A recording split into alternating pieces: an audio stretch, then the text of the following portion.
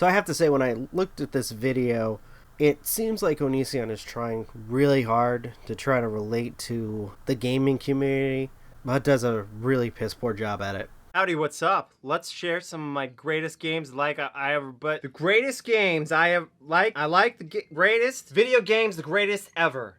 My opinion. This patron of mine texted me and specifically requested this video. That's right, they know my phone number. Again, this is going to sound very petty, but, why just constantly bring up the fact that, so-and-so wanted this particular video, or so-and-so wanted you to do this or that. I just feel that this kind of just seems really lazy.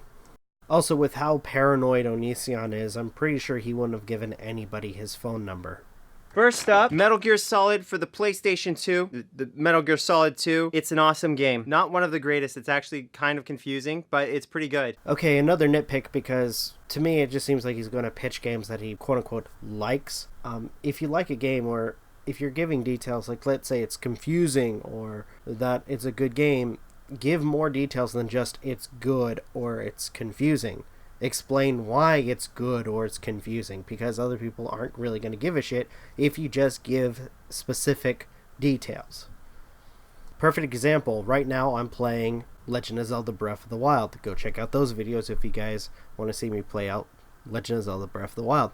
I love the puzzles in that game, particularly because when it comes to the puzzles, it really kind of tests you mentally and gives you a chance to kind of go piece by piece on what to do with each and every puzzle.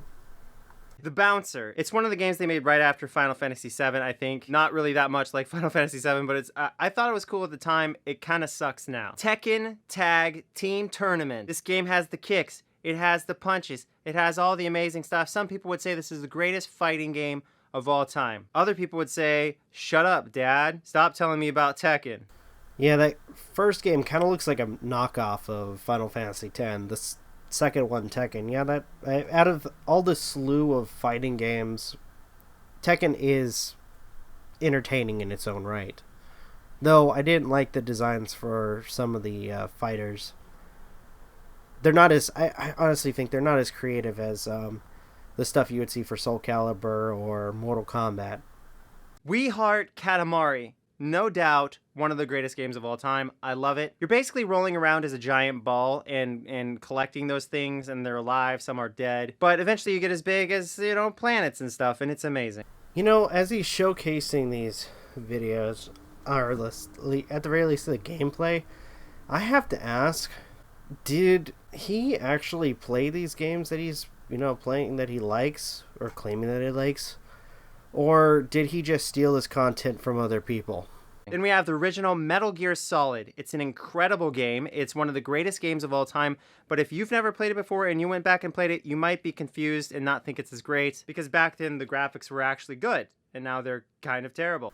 Now we're going back to what Onision thinks, looks good. But instead, not even going into the fact that Metal Gear Solid in of itself has a very complex plot.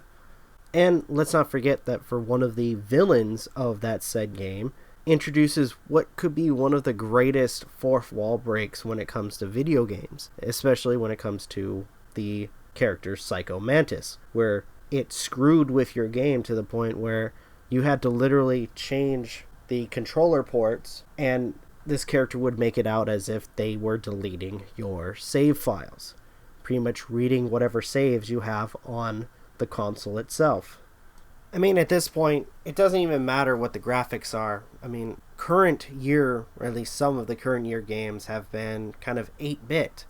Games like Undertale, or its sequel, are 8-bit in a sense. And for a lot of people, they enjoy those games, especially when you have a very creative game with fun characters, plot, setting, etc. I recommend you play the Twin Snakes version. It's like the upgraded version of Metal Gear Solid. A little bit more cinematic. Final Fantasy VIII. Would you just look at that? Okay, I identified as this guy. His name is Squall. Yeah, you would identify with the guy that only knows brooding as well as wallowing in self-pity.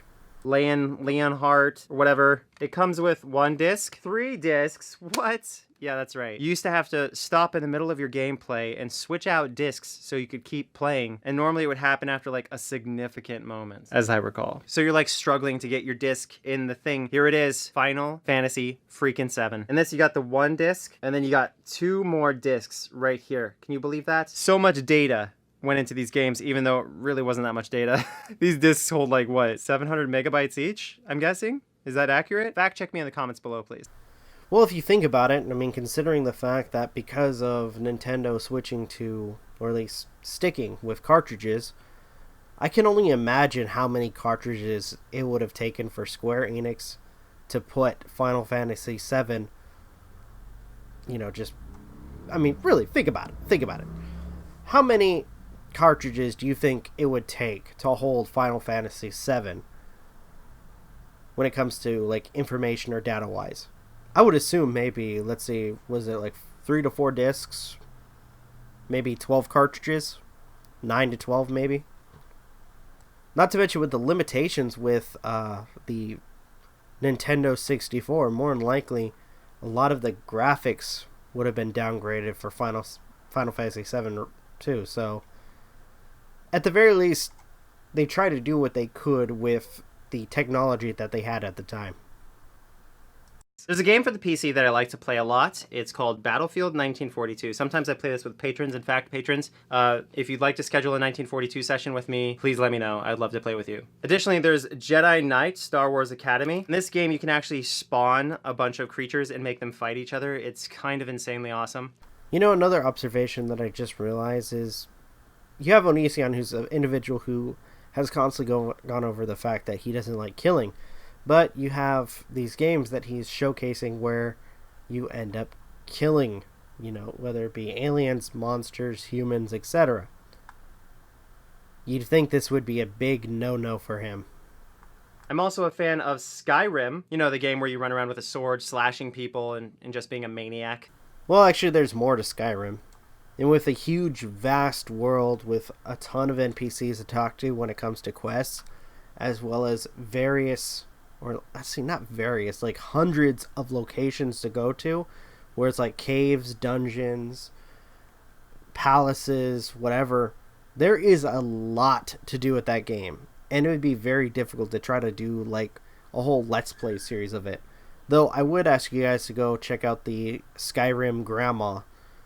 Some of her Let's Plays or playthroughs of it have been really fun to watch. I really enjoy it, and apparently people have lost their relationships to this game, not me though. I think you really should be putting allegedly in your conversations, so that way when you say something that may not even be true, you could say allegedly, so that, covers your ass. Then you have Fallout 4. I actually liked Fallout 3 better. I felt like it was more relatable. Like they tried to upgrade Fallout and I wasn't feeling it. I just didn't get it. I like Fallout 3. I like the storyline of Fallout 3. Fallout 4, what is this? Me personally, I kind of feel that for both Fallout 3 and for Fallout 4, the stories have their own interest, or at least their own, I guess, purpose in a sense. Whereas for Fallout 3, you're trying to find your father who ran away from the vault. For Fallout 4, you are a father who's trying to find his infant son. Now, I will say that because of there's so much going on in the game, there are times where you even forget the main quests. But at the same time, and especially for Fallout 4, there is a lot to do. Fallout 4 itself has, at the very least, is more filled in than Fallout 3 ever was. Settlements that you check on time and time again, and upgrade if need be, plant food for your settlers, as well as create fortifications for those people so they feel safe. I think most everyone could use a little bit of Call of Duty Black Ops in their life. Just basically a game where you run around shooting each other. It's really so fun. Again, another game that I'm surprised that Onision is playing, with all things considered, especially with his alleged experience with the military and him constantly shit-talking the military. Age of Mythology. You're basically pretending to be a god, and you're sending people out to kill each other in legions that you built up from nothing. You can send out lightning bolts from the clouds and destroy enemies when they try to attack you. I swear this image popped in my head. I could totally see Onision thinking of every single critic or person who gave him criticism, and as he's playing this game, be like, "Oh, Mr. Epsilon, it's time for you to die." I wouldn't be surprised if he did that kind of shit playing this game.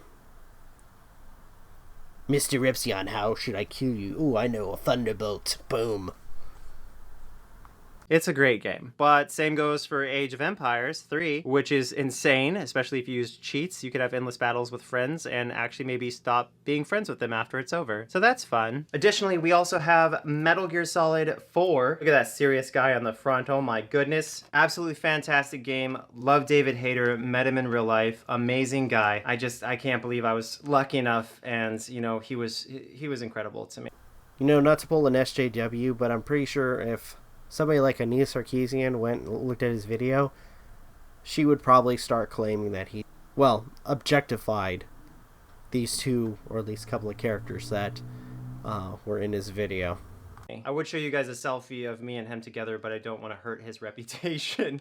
Translation, I'm lying about actually meeting this guy. So I'm going to go claim that I have a picture, but I'm not going to show it to you guys.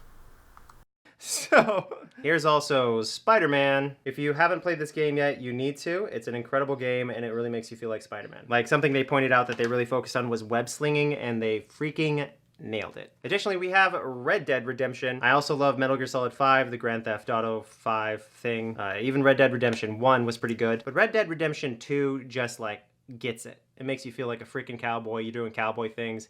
It's a freaking awesome experience. If you don't have Red Dead Redemption 2, like you've never played it and you're into Grand Theft Auto and you're into Westerns, like, what are you doing?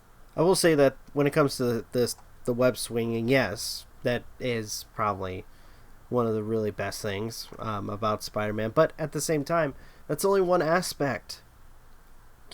Pitch more details for this game. What makes it good?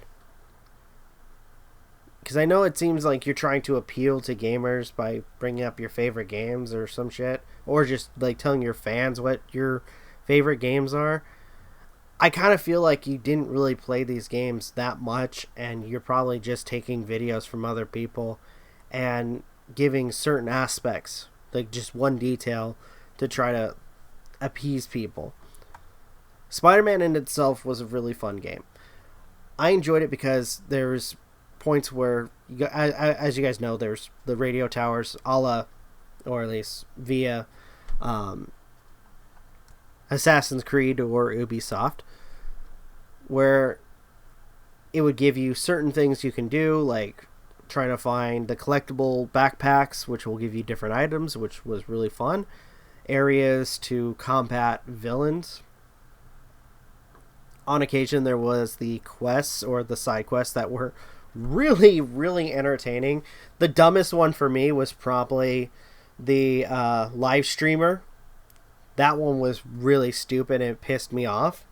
But I think the biggest thing for, I guess for Spider-Man, or at least the PS4 Spider-Man, was the relationship and the evolution of Doc Ock and the relationship between Doc Ock and Peter Parker. And for that game, it's actually a very interesting and tragic relationship between the two. Not even forgetting the fact that they also introduced characters that would be, in a sense, part of the different multiverses, like Miles Morales. Here's Kingdom Hearts. I am a big fan of Kingdom Hearts 3. I like Kingdom Hearts 1. Kingdom Hearts 2, I'm still having trouble getting into because it's like new guy. Who's this new guy? Why am I playing this new guy? And also Diablo. Don't you just love Diablo? I love playing Diablo with other people. Like I've played Diablo with patrons. I've played it with love interests. I've played it with significant others who are also love interests. How's this for a thumbnail? Doesn't that look good? My favorite games ever. Ignore ukulele. That's not my game. So anyway, what are your favorite video games? Please let me know in the comments below, and I hope you love the heck out of the games that I shared with you, because I love those and I love even more. Those are just the physical copies I have on hand.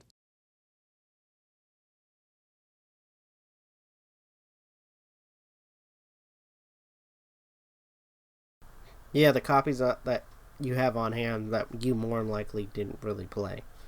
Who knows for sure. Um, but overall, I'm gonna say this: I'm a huge gamer, and if it sounds like I'm being very nitpicky in this video, I apologize. I feel part of me, and I don't want to make it sound like this is just because of the whole anti-Onision crowd.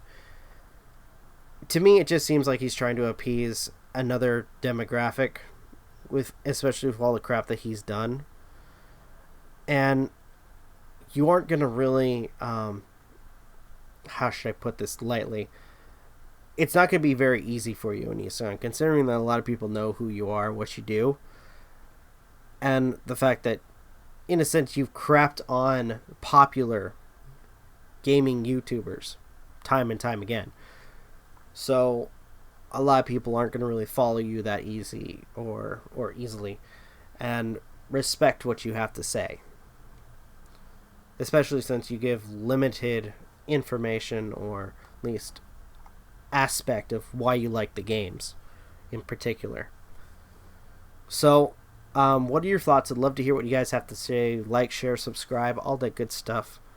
For those who are interested in watching the gaming content that I've been posting, feel free to click on the playlist link at the end of this video for Legend of Zelda Breath of the Wild.